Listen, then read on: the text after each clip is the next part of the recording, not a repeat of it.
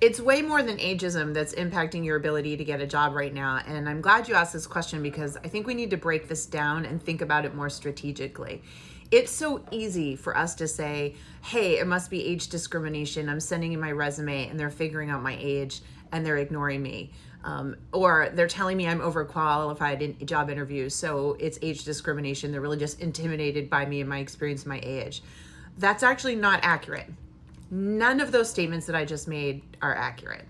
First of all, only about 1% of people right now are getting called for jobs via job applications online. Companies are getting inundated with applicants. There's too much competition. So to assume it's because you specifically are older and have more experience and you're being weeded out, there's just too many factors. There's hundreds and hundreds of people with essentially the same skills. So you really have to understand that the method of applying online is super ineffective right now.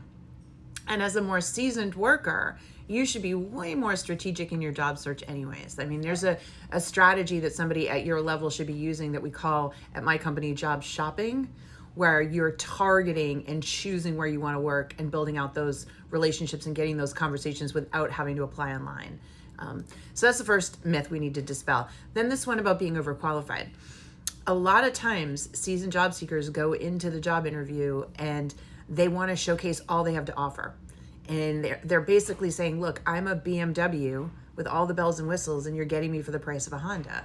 Well, everyone knows you should be suspect of anyone trying to sell you a BMW for the price of a Honda. And unfortunately, that's what a lot of seasoned job seekers do. They don't change their strategy in job interviews.